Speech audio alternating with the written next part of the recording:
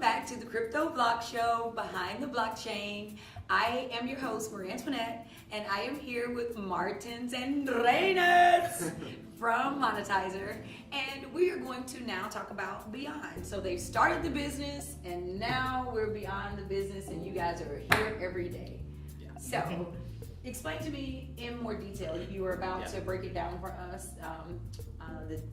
Start where you ended at. So after we had the unlockable merchandise product working, and we saw like pretty good returns in terms of increased conversion rates and players playing longer because of these unlockable rewards that they could get from the games, we realized that we can go even further.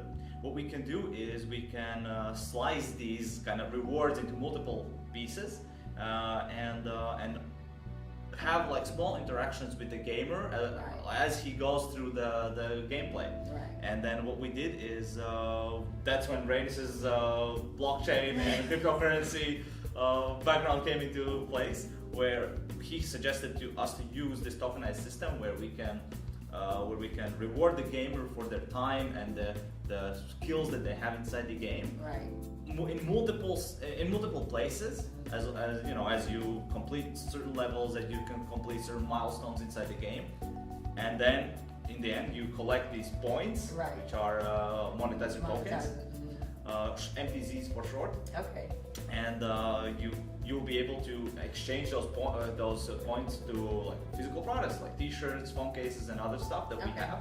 Okay, merchandise. Yeah, right. The first step is merchandise, but in the long run, the vision is that you'll be able to exchange it to either merchandise or any of our third-party vendors. Okay. So basically, it's gonna be like or digital goods, Yeah. exchange between users. So basically, we are creating a universal game currency. Exactly. Yeah. I like that. So, what type of games are we? Is it Xbox? Is it like World of Warcraft? So the first vertical that we are targeting is mobile games specifically on iOS and Android.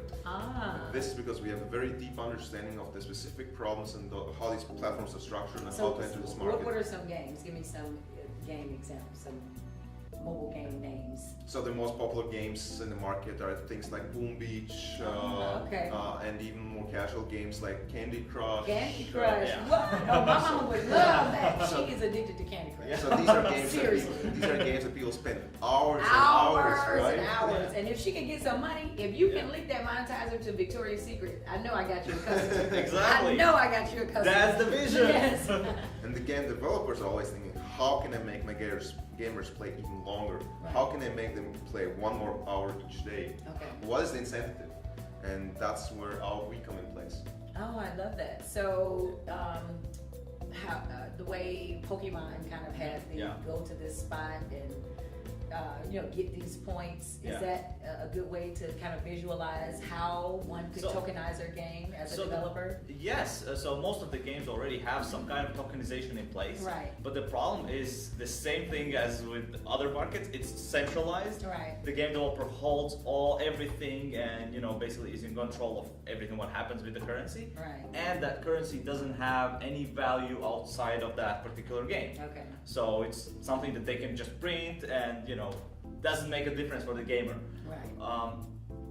With our system, what we can enable is the gamers to be able to take those coins from one game to another, to the third, or exchange them to basically use them for digital purchases inside games, or exchange them to physical stuff, or even on cryptocurrency exchanges, exchange them to real money. Yes. I like you mentioned Pokemon Go because it's a very good example of the wrong approach. Right. You said wrong? Wrong approach. Oh, he said wrong approach. You know why? Why? It's because it got super popular in a short amount of time, Right. and just after 3 to 4 months, the game it just died off. Yes. Almost nobody's playing it anymore. Do you know somebody actually died playing Pokemon driving? Really? driving and Literally. picking up Pokemon? Yes, driving and picking up Pokemon. Oh, They had man. carts then. Yes. And a lot of people probably did during this short peak of yes. popularity. But those people that played it, all these million people, they have no incentive to keep playing because you unlocked all these Pokemons. You had some coins inside the Pokemon game that don't have a real value. Right. So our goal is to provide, if a gamer is good at he has skills inside the game, he has played it for a while, if he keeps playing, he can earn tokens that have real value. Yes. It makes sense for him to keep playing. Exactly. So he's not going to switch to the next game. That You is literally cheaper. could make, and when, I won't say if, because I know you guys will be able to do it. Yeah. When this happens, I mean, most of these kids who play games for fun can literally be making money. Yep. Or helping buy groceries. And, You know what I'm at the- saying? Yeah. and at the At same Whole Foods. I know. Exactly. and at the same time, also the game developer earns more because Yes. for each hour of gameplay, the game developer is able to increase his revenue and profit by showing advertisements, in-app purchases that people make. And we actually also have the idea how to make advertising better and not just Non-intrusive. yeah. That's our goal. Oh, that would be good. So, as a game developer, then I'm coming up with this new game. I would get with you guys to monetize my game, right? Is that To how I would install, like monetization is a part of it, Okay. but in general, we call it the game reward engine. Okay. That you just install. It's kind of like it provides this monetization part, it provides this reward part, it provides the economy for your game. Okay. Uh, So as a developer, they yeah. can purchase a developer package that comes with all of those things. Actually, the integration itself is free to actually use the SDK. Oh. However, the part is the game developers, in the beginning they can get some tokens for free to start using the system. Okay. We withhold some of the tokens during the token sale for this purpose. But the game developer is able to purchase tokens to give to users. And you might ask, why would the game developer do that? Yes, It's- why would a game Right. developer do that? What a weird Right. question. And like I mentioned previously, each game developer has a specific metric on how much money he earns for 1 hour of gameplay, Okay. based on his CPM rates for ads and in purchases. And our SDK actually helps track this number. Okay. And the idea is to give a smaller amount than the game developer earns back to the gamer. So both of the gamer and game developer get a profit out of the system. Kind of like miners and forgers, huh? Exactly. Oh, So I love that. it's the whole idea of a decentralized system that each part is like it's like a theory. Everybody has for a system to be successful, like a blockchain system. Everybody has to benefit from it, not just one party involved. So even if once we want to improve ads, I mentioned once marketers are able to use our system to have better ads inside games, what the ad network spends on an ad, it doesn't go only to the game developer, it also goes to the gamer. So a gamer, if he sees an ad, it's not just can gonna also get paid for looking Exactly, at an ad yeah. versus feeling like they're molesting you. Yep. Exactly. Yeah. That's what it feels like sometimes. You know what I mean? Yeah, it does, it Can't does. even get rid of them sometimes. How do I get this off my phone? Yep. Oh, that is great. So, are you guys really into esports? You know, have you linked up with that community in the sense of, because esports is booming. Oh yeah. I mean, they have training facilities. These people got jerseys now. I mean, they are serious about it. There's apparently building a whole arena for esports. Esports, yes, and they have people that's all they do. Like they are, Yep. this is their team, and they have team leaders. And, Yeah, we have regarding esports, we are working with some games that are pretty strong in the esports area. So we're exploring how we can be integrated into the esports economy. and But- which games are those? That's like we're still in the talking discussion phase. Well, you don't have to tell me who you're talking to. But Yeah. say which games? Like LOL. Like that kind of games. Okay, Yeah. okay. And League of Legends. yes, Yeah. so that's kind of World of Warcraft. yeah, like Same exactly, style of Wow, games. okay. exactly like League of Legends, like that kind of like gameplay. Now those, because World of Warcraft, Yeah. my ex-husband used to play for like 36 hours straight sometimes. Really? He actually used to level up characters and sell them. So Yeah. in this instance, Yeah. he could potentially level up a character and monetize it in this way versus, he was Mhm. really just saying, take my character and I give you cash. But could there be maybe a way to, when you're leveling up your character, you're also, making Yeah. money, creating money? So it's possible to link those actions inside the game, these small achievements or actions inside the game, to rewarding those users with tokens. And it's also possible in the future, the phase 2 of our development, we also plan to enable assets linked to tokens. meaning that you actually are able to trade also game assets between users using Yeah, our there tokenized you go. economy. That's kind of our second phase. But what I want to strongly emphasize is that we have a very following the lean startup principles. We are going step by step. Oh, yes. We I don't like that some projects have like a huge goal, a huge vision that they're only going to release the platform once they build a huge vision. Right. And for us, it's important to have these small steps. Start with smaller games, go to the bigger games, and improve the functionality over time. Over time, yeah, because by the time you get to those wow people, you got to know what you're doing. 'Cause Exactly.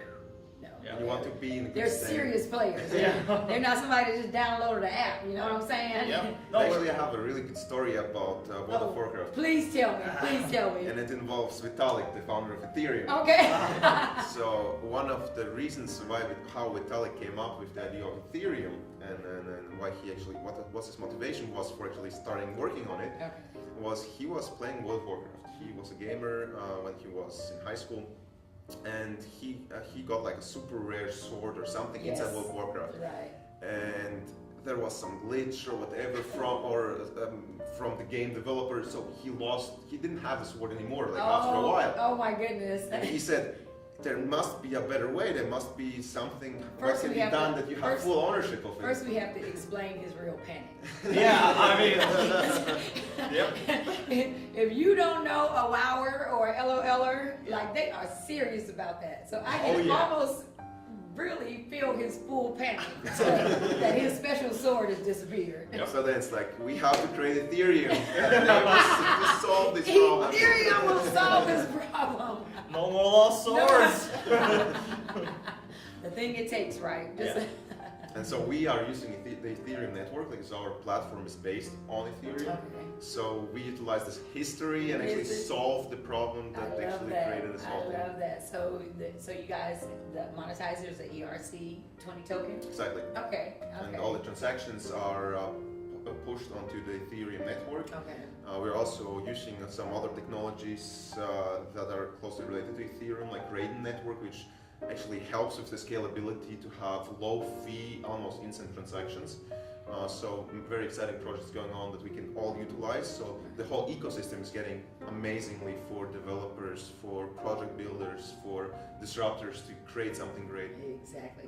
To me, that's one of the more exciting things about this is that it used to be, in order to start a business, you had to fit a mold.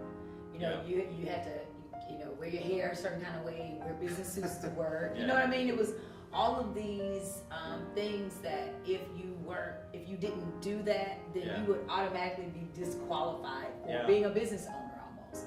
Now it's like kids coming out their basements, boo, you don't want none of this. You don't want none of this. It is exciting. It's super exciting. So you said you guys are going step by step. So what is your next step that you're working on?